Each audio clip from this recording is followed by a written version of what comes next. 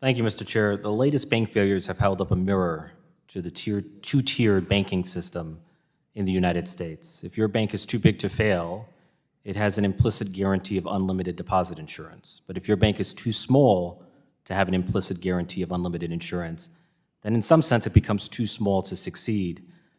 Too big to fail versus too small to succeed. Vice Chair Barr, how do you solve the problem of a two-tiered banking system in the absence of unlimited deposit insurance?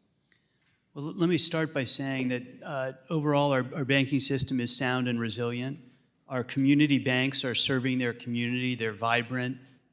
They have been engaging and will engage in efforts to make sure that they are safe. All depositors should feel that they are safe. If you look at the actions that banks have taken recently to make that the case, and regulators have as well. So I don't think that we have a structure where depositors should feel differently about their deposits depending on the size. But it's fair to say there have been outsized deposit flows to the biggest banks based on a perception of a two-tiered banking system. We did have a period of time in the acute stress moment in March where there were significant deposit outflows from some regional institutions to larger institutions.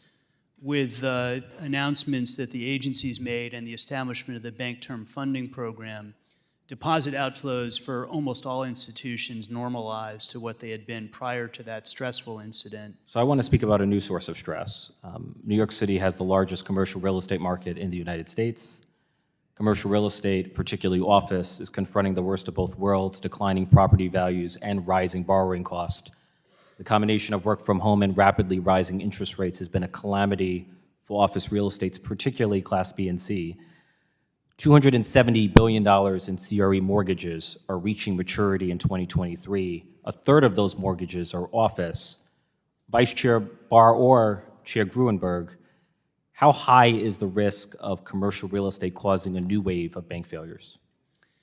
We are looking carefully at commercial real estate risks. As you point out, there are some downtown office commercial real estate deals that are especially vulnerable.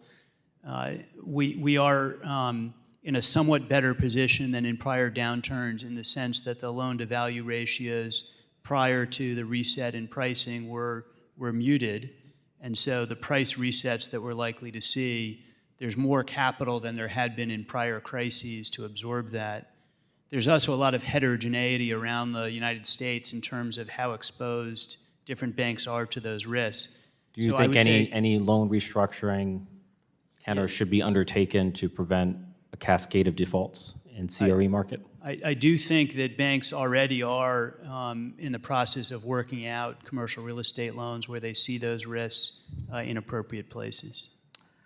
For the comptroller, before the creation of the OCC, there was no uniform national currency, only a cacophony of currencies. Each local bank could issue its own banknote, creating more confusion than clarity and ultimately ending in failure, hence the OCC. In January of 2022, you gave a speech analogizing stablecoins to pre-Civil War banknotes. Left unmentioned in your speech, however, is the obvious difference between the two, the fact that stablecoins, particularly dollar stablecoins, are pegged to a uniform national currency like the dollar. Is it fair to say that a stablecoin system based on a uniform national currency like the dollar is qualitatively different from pre-Civil War banking system that had no basis in a uniform national currency at all? Thank you for the question. So I think the uniformity has multiple dimensions to it. So one is what it's pegged to, the one that you highlighted. I think that's one form of uniformity that's important. Which was absent from the pre-Civil War banking system.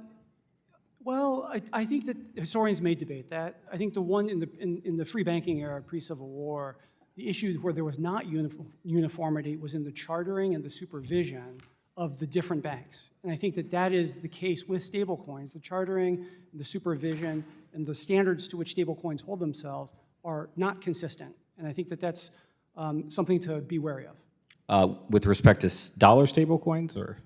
I think all stablecoins. So if you had a fully reserved stablecoin that's pegged to the dollar, in your mind is equivalent to a banknote that had no national banking system and no national uniform currency? Well, I think it's important that, that's one important element of having a stable coin. The gentleman's time is expired. Prudent. But I think there's other elements which we want to pay attention to.